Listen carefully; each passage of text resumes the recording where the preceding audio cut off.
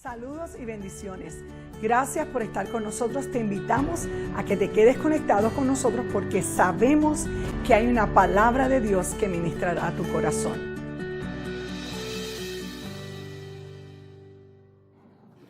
Gloria al Señor. Y en esta hora voy a estar hablando el tema que el Señor puso en mi corazón. Aleluya. Fue lo que la prueba nos enseña. Ese es el tema de este día, lo que la prueba nos enseña. Cuando el Señor me inspiró esto la semana pasada y empecé a escribir, usted sabe, yo le voy a recomendar cuando usted tenga sus tiempos de oración. Yo siempre lo he tenido así porque llegan momentos de inspiración donde Dios a veces te da una palabra para ti mismo. Dios te usa y Dios te empieza, el Espíritu Santo de Dios empieza a hablarte a ti mismo. Y en el momento la disfrutamos y después nos olvidamos. Yo le invito a que usted siempre tenga una libretita y anote. Si usted ve mi Biblia en la parte de atrás, hay veces que yo pongo la fecha y la hora de una palabra específica que Dios ha dado. Esto está basado en la lectura bíblica de Primera de Pedro. Primera de Pedro es un libro, son pequeñitos, están detrás del libro de Hebreos en el Nuevo Testamento. Primera de Pedro, capítulo 1, los versos 6 al 9, dice la palabra del Señor: en lo cual vosotros os alegráis, aunque ahora, por un poco de tiempo, si es necesario, dilo conmigo, si es necesario, tengáis que ser afligidos en diversas pruebas, para que sometida a prueba vuestra fe, mucho más preciosa que el oro, el cual aunque perecedero, se prueba con fuego, sea hallada en alabanza, gloria y honra, cuando sea manifestado Jesucristo, a quien amáis sin haberle visto, en quien creyendo, aunque ahora no lo veáis, os alegráis con gozo inefable y glorioso, obteniendo el fin de vuestra fe,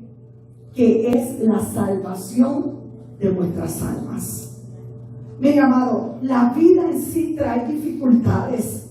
La vida trae penas, aflicciones, dolores, preguntas, dudas, angustias y desilusiones. Como hemos visto en esta epístola, gran persecución, gran aflicción, dolor y muerte estaba llegando a la iglesia, a la vida de los cristianos en la época de Pedro. Ellos estaban siendo perseguidos y sentían que se iban a ahogar, y la persecución era porque habían abrazado una nueva fe que rompía los patrones de la cultura judía. Ellos proclamaban con autoridad que Jesucristo era su Señor y su Salvador. Muchos de nosotros quizás ahora mismo estamos pasando por pruebas que pensamos que ellas nos ahogarán. Sentimos, como cantábamos, que hemos sido quebrantados una y otra vez, y que cuando levantamos la voz al cielo hay un silencio y que Dios se ha olvidado de nosotros. Eso es lo mismo que le sucedió a los cristianos de la primera iglesia. Pedro se dirige a los cristianos que vivían en varios lugares de Asia Menor y que estaban experimentando no solamente persecución, sino el rechazo de su familia por haber conocido al Señor Jesucristo. La tradición nos dice que Pablo fue martirizado en Roma. Eso dice la tradición. En el marco de las severas persecuciones de Nerón, un emperador que estaba mal de su cabeza, y la ciudad de Roma se incendió y él echó la culpa a los cristianos, y muchos de ellos, esto fue en el año 64 después de Cristo, y muchos cristianos fueron matados y ejecutados por esto. La tradición también dice, y la historia, que él los prendía como antorchas vivas. O negaban la fe o los prendían como antorchas vivas y ya comenzaron los primeros mártires que entendieron: me podrá quitar la vida humana, pero mi fe en el Señor no se va a quitar. Y amados, las aflicciones llegan a nuestras vidas de diferentes formas.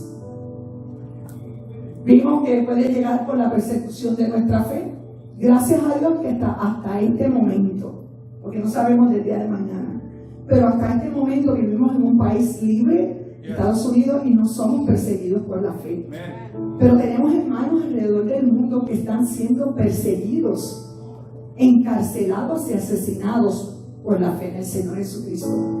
Pero hay diferentes formas de prueba y de aflicciones, enfermedades, la rebeldía de un hijo, la rebeldía de una hija, problemas o rebeldías entre esposo y esposa, problemas matrimoniales, muerte, soledad, falta de empleo, las consecuencias del pecado en nuestra vida.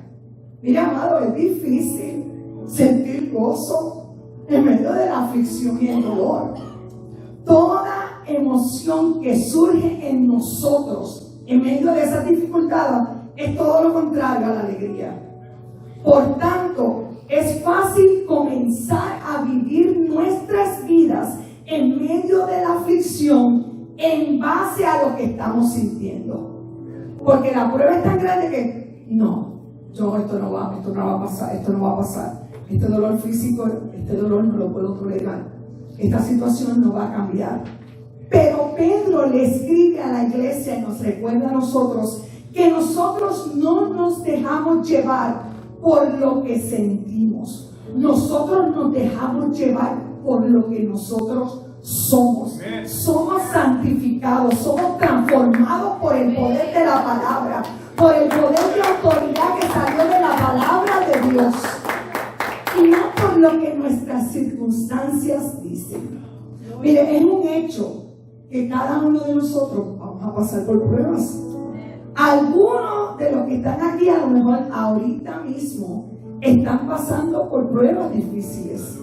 Otros a lo mejor en este momento no están pasando por pruebas. Pero para ambos, para los que están pasando por la prueba y por los que no están pasando, es necesario e indispensable la verdad de la palabra, que es quien fortalece nuestro hombre interior.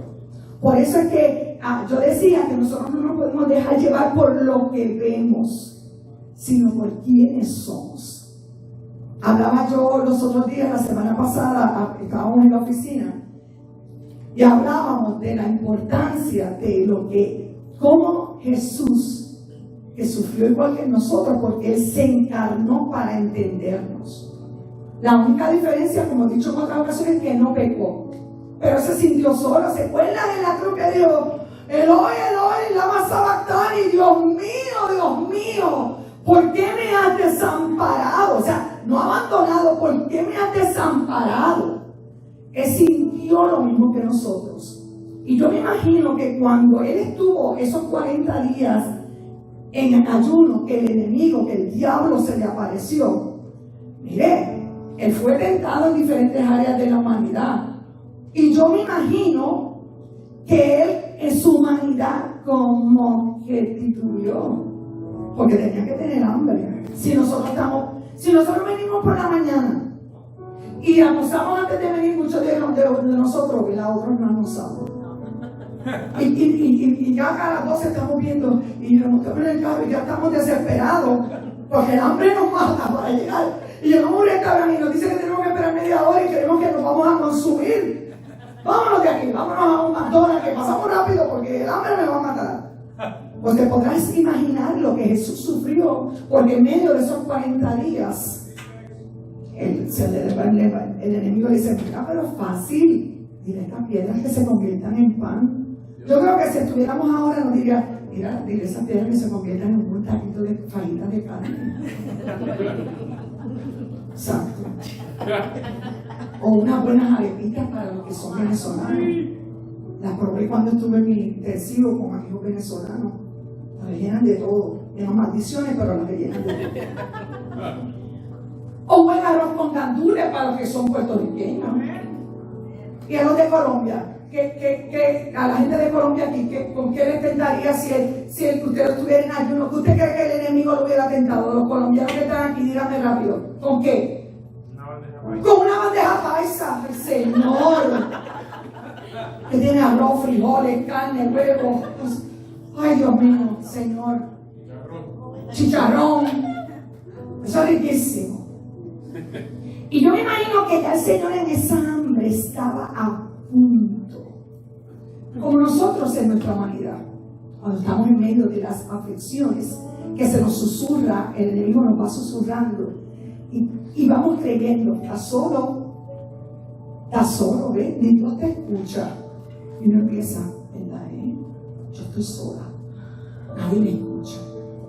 Fíjate, tienes problemas en tu matrimonio, no hay solución. Ese hijo tuyo rebelde, no tiene solución. Y vamos creyendo. Pero tenemos el ejemplo, porque es la palabra la que tiene el poder y la autoridad para quebrar. Entonces Jesús nos dio la lección, porque en cada tentación Él decía, no, porque escrito está. Y entonces la palabra le daba el poder y autoridad. Yo no sé si usted ha experimentado situaciones difíciles donde usted cree que se va a ahogar, y de momento el Espíritu Santo le recuerda la palabra y usted declara, no, porque la palabra dice que aunque mi padre y mi madre me dejaren, con todo tú no me dejarás. Es difícil. No, aunque pases por los ríos no te anegarán, y aunque pases por el fuego no te quemarás, porque yo estaré contigo.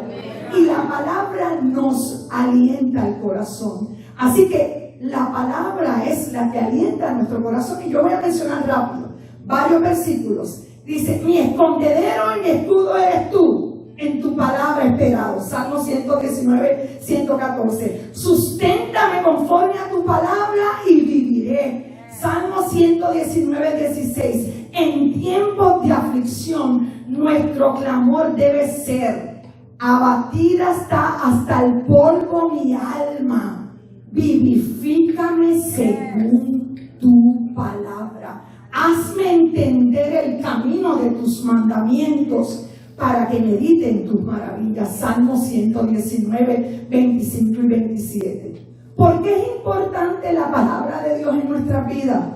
La palabra de Dios es la fuente de fortaleza, esperanza y consuelo para el creyente.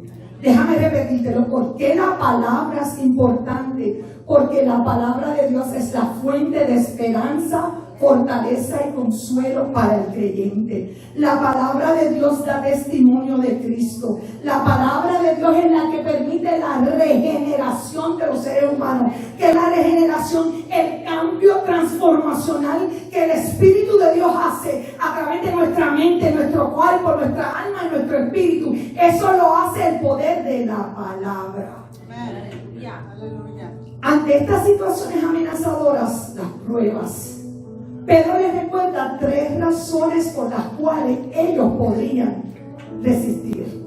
Número 1, pueden resistir a causa de lo que pueden esperar. A veces sucede que una persona tiene que atravesar por un proceso difícil de enfermedad, por una operación o por un tratamiento médico difícil, pero acepta el dolor por el que va a pasar, porque sabe que ese proceso le va a ayudar a renovar su salud y a recibir fuerzas. Es uno de los hechos fundamentales de la vida, que lo que se puede sufrir en función de lo que se espera, el cristiano espera un gozo indescriptible. Número 2, se puede soportar cualquier cosa que le sobrevenga a uno si se tiene en cuenta que la aflicción es realmente una prueba. Mira, amados, para purificar el oro hay que pasarlo por fuego. Las pruebas que le sobrevienen a una persona, no las pruebas que son el resultado del pecado, esas no estamos hablando. Esas son consecuencias de lo que tú hiciste. Pero las pruebas que le sobrevienen a un cristiano prueban su fe. ¿Qué es la fe? Mire, no se complique. La fe es su convicción en lo que usted ha creído. Porque una cosa es decir que creemos, pero es como cuando estudiamos en la escuela o en la universidad, que usted cree que sabe hasta que lo ponen a prueba. ¿No se acuerdan de esos momentos que llegaba la maestra y momento y decía, hoy hay quiz? Y uno decía, ay señor, aquí fue. Aquí es que verdad, como dicen en mi país, vamos a decir que era pela o no pela aquí. Y usted a lo mejor en ese primer quiz decía, y si era de esos maestros, porque hay maestros que te anuncian que tal día va a haber quiz, pero había unos maestros en High School Music que eran como que se deleitaban en la angustia de uno. Porque no te decían, de momento llegaban con sus sonrisa y de momento, cierren todos los libros que vamos a hacer un quiz. Yo creo que se reían como para.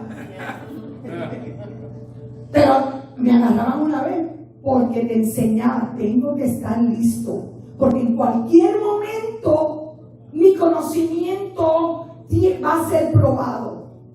A nivel espiritual es lo mismo.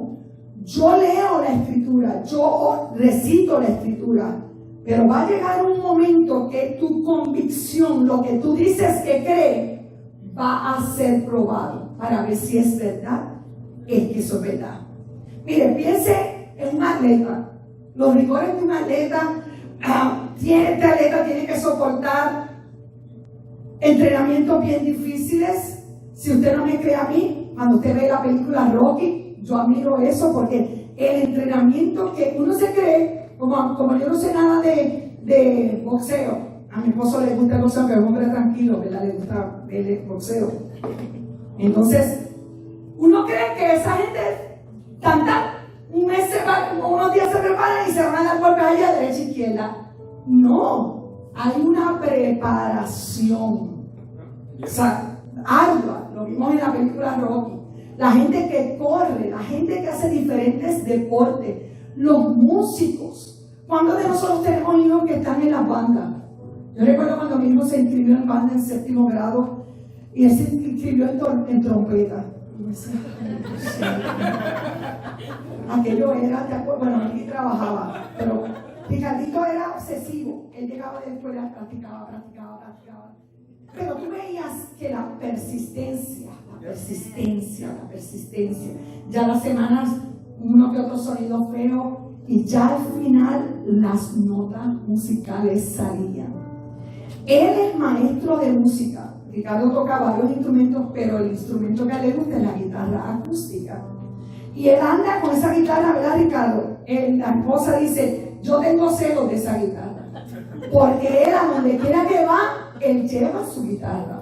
Él vino con nosotros y él habla un rato y ya lo oyes en el cuarto, está todo el tiempo tocando la guitarra. Y cuando vino la última vez para su entrevista, le digo, Ricardo, ¿pero por qué tú siempre estás tocando? Y me dice, mami, porque la práctica hace la perfección. Al principio tú tienes que mirar dónde acomodar los dedos pero ya cuando tú practicas, tú puedes cerrar tus ojos y tocar las cuerdas y las notas sin tener que verlas. Así nosotros, las pruebas nos van fortaleciendo. Mire, los rigores de un atleta que tiene que soportar no pretenden destruirlo ni hacerlo colapsar. Nosotros sabemos veces, esos entrenadores que uno dice, ay, me quiere sacar el vivir. No, sino lo que quieren es capacitarnos para desarrollar más fuerza y habilidad.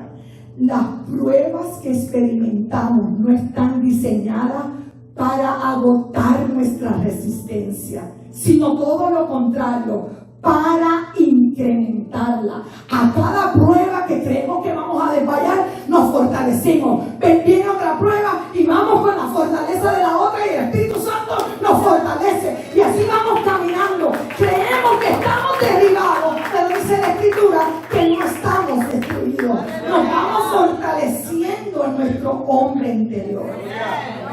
Amados, el cristiano puede que tenga que sufrir diversos tipos de pruebas. En el original esto quiere decir muchos tipos de colores. Nuestras adversidades podrán tener muchos tipos de colores, pero también la gracia de Dios tiene diferentes tipos de colores para cubrirnos en medio de nuestra angustia. No hay color en la situación humana con el que la gracia de Dios no pueda hacer juego. A veces creemos, es que pastor, es que usted no sabe, esto que yo he pasado, no lo puedo soportar. La gracia de Dios te da las fuerzas. Tercero, ¿por qué es sometida a prueba nuestra fe? Porque yo no sé si usted la pregunta, yo no me lo he preguntado muchas veces, pero Señor, si tú lo sabes todo, ¿por qué tiene que ser sometida a prueba nuestra fe?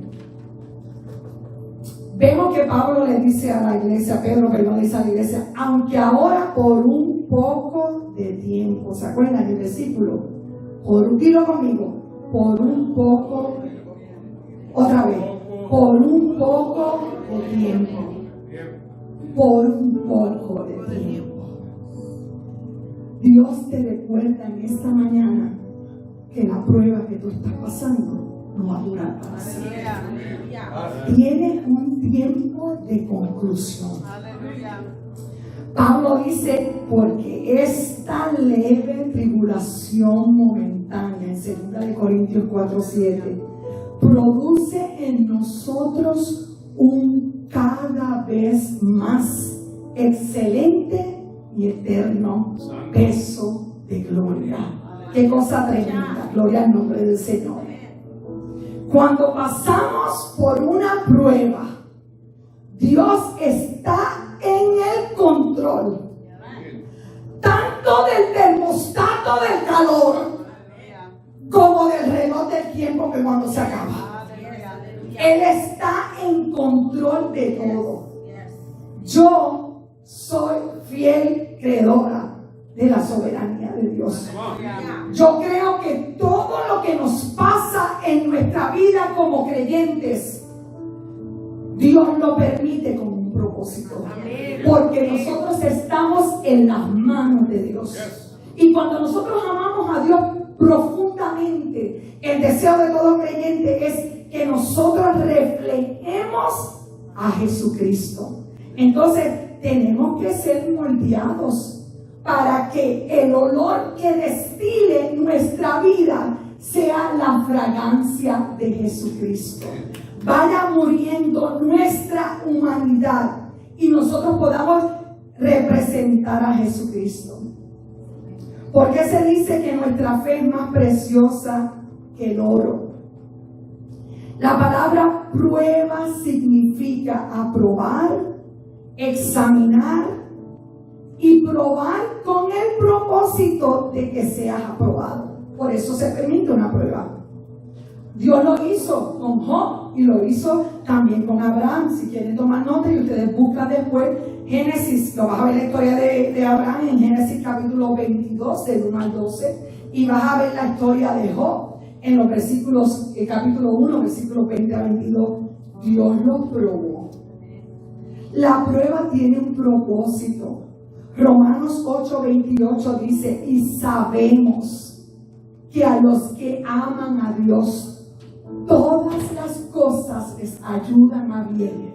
Esto es, a los que conforme a qué, a su propósito son llamados.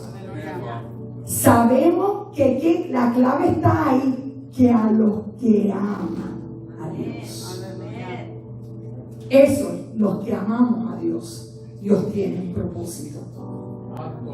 Mira, amado, para hacer un pastel, a mí me gusta la repostería. Y repasando mi mensaje, dije, ay, mira, en Puerto Rico hay una forma muy peculiar de hacer pasteles. No los hacemos de cajitas, los hacemos from scratch. Es 1 libra de mantequilla, es 1 docena de huevos, vainilla, azúcar, una harina que se llama Presto, una harina preparada, y todo ese proceso. Yo recuerdo que cuando yo estaba aprendiendo a hacer pasteles, porque me gustan mucho, y luego que está hecho, los mojamos preparamos un almíbar de azúcar y diferentes sabores, mantequilla, brandy. Que conste que el brandy cuando se hierve a alta temperatura se le va el alcohol, solamente queda el sabor. Pero Puerto Rico tiene una repostería muy similar a la de Europa. Y yo siempre quise aprender desde pequeña. Y yo siempre en mi vida he pasado, bueno, ya he aprendido, porque de chiquita bastante que me dieron, porque fui muy aventurera. Ahora mismo me estoy acordando, cuando dije dos, me acordé de mi mamá dándome, tendría como 6 o 7 años, que me senté con una amiguita, le dije, me acuerdo el nombre, ella Carmen Luz, nos sentamos frente a un enchufe. Usted sabe que antes se usaban imaginaciones como ahora, que ahora todo el mundo juega. Me acuerdo que pusimos una toalla, y yo dije, nos vamos en nuestro carro, y yo agarré una hebilla de pelo, de esas que los bobby pins, y dije, yo voy a meter la llave para prender el carro. ¿Y por dónde la metí? Por el rotito. Y yo me quedé, yo estaba un toque y electrocutándome. Carmen Luz pegó un grito y mi mamá vino del miedo, me empujó. Y mi mamá, yo no sé por qué, mi mamá era así, mire que yo le pregunté ya de adulta. Ella se asustaba y después que yo estaba bien me daba una golpiza con la correa. Esto es para que aprenda. Y de verdad que a golpes aprendí. Aprendiendo a hacer pastel fue lo mismo. Pues usted cuando va a hacer un pastel pone todas las cosas en orden. Separa la mantequilla todo medido porque lo tiene que ir añadiendo. Y yo hice 2 cosas haciendo el pastel. Probé la harina, sabe mala. Y luego olí la vainilla y la vainilla huele delicioso. ¿Y qué hizo Rosemary? Metí el dedo a la vainilla. Y eso sabe a diablo molido. Me acuerdo que mi mamá dijo, ¿podrías esperar? Sabe malo. Yo le dije, pero ¿cómo esas cosas que saben malas van a saber buenas después? De la misma manera que se utiliza en la elaboración de un pastel, cosas que saben malas, generalmente no tienen buen sabor como la harina, el polvo de hornear, la manteca. Y otros sí saben deliciosos como el azúcar y las frutas si le añadimos. De la misma manera las experiencias que Dios diseña para sus hijos es así. Algunas son agradables y otras son amargas. Pero todas contribuyen a hacer el pastel que está en el horno. Todas contribuyen a formar un cristiano que glorifique su nombre. Aquí vemos cómo Pedro compara la fe con el crisol. Lo que purifica al oro es el crisol. El encargado, o lo que se llama el acrisolador, calienta en una caldera el oro hasta hacerlo líquido. Poco a poco, él tiene un instrumento que es como un colador. Porque mientras más temperatura, no empieza en temperaturas altas, lo derrite y va subiendo el termostato de la temperatura. Y empiezan a salir ciertas escorias. Y él agarra y saca las escorias, suben a la superficie. Y él las saca y las desecha.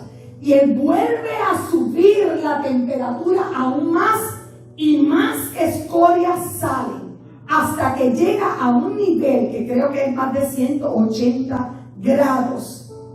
Y él con paciencia va sacando todo lo que flota.